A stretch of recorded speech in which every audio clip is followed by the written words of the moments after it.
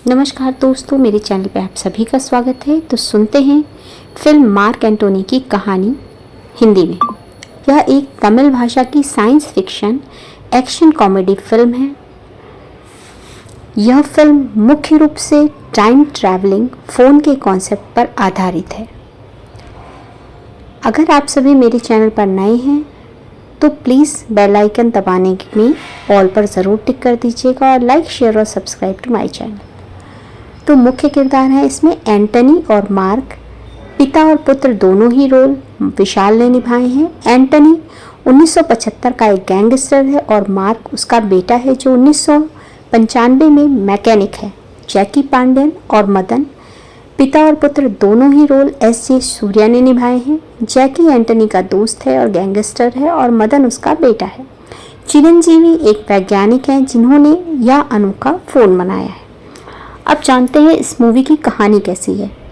1975 में time travelling एक phone होता है जो कि एक वैज्ञानिक चिरंजीवी एक ऐसा अनोखा फ़ोन बनाता है जिससे अतीत में किसी भी तारीख पर एक ही बार कॉल करके बात की जा सकती है। इसी समय गैंगस्टर एंटनी को उसके दुश्मन एकम्बरम द्वारा मार दिया जाता है और इस गोलीबारी में चिरंजीवी भी मारा जाता है और फ़ोन एंटनी के वफादार दोस्त जैकी पांडेयन के हाथ लग जाता है।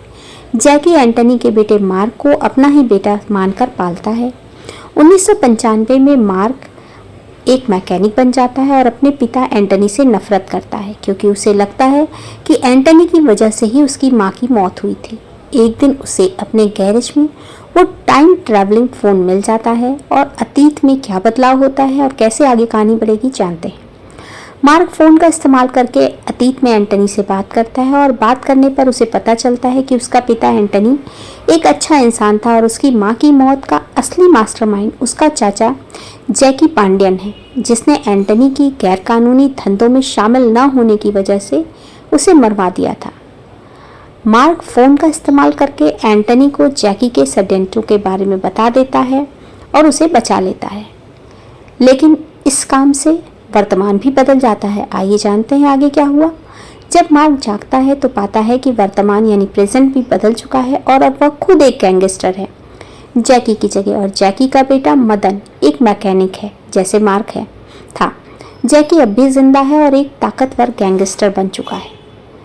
मदन जो अब मैकेनिक है को उस फ़ोन के बारे में पता चलता है और वह इसका इस्तेमाल करके जैकी को अपने अतीत में जाकर मार्क की हरकतों के बारे में बता देता है और अब जैकी अतीत में एंटनी को मारने की कोशिश करता है कई बार, लेकिन एंटनी बच जाता है और जैकी की सच्चाई जान जाता है।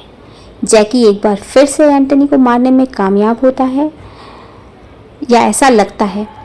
मार्क एक बार फिर से टाइमलाइन को बदल देता है, लेकिन इस बार वह भी गैंगस्टर नहीं बनता। अंत में एक बड़े एक्शन सीक्वेंस में यह पता चलता है कि एंटनी जिंदा है, उसे एकम्बरम ने बचाया था। पिता एंटनी और पुत्र मार्क मिलकर जैकी और उसके बेटे मदन का सफाया कर देते हैं। मूवी आपको कैसी लग रही है सुनने में? यह फिल्म टाइम ट्रैवल के कॉन्सेप्ट के साथ साथ गैंगस्टर ड्रामा और कॉमेडी को भी मिलाती है और इसके मुख्य थीम यह है कि अतीत में किए गए छोटे से छोटे बदलाव का भी वर्तमान पर बहुत बड़ा असर पड़ सकता है, और यह पिता और पुत्र के रिश्ते और धोखे की कहानी भी बताती है। मूवी का एक्सप्लेनेशन कैसा लगा और पसंद आया तो चैनल को लाइक, शेयर, सब्सक्राइब ज़रूर कर दें। धन्यवाद इसे पूरा सुनने के लिए।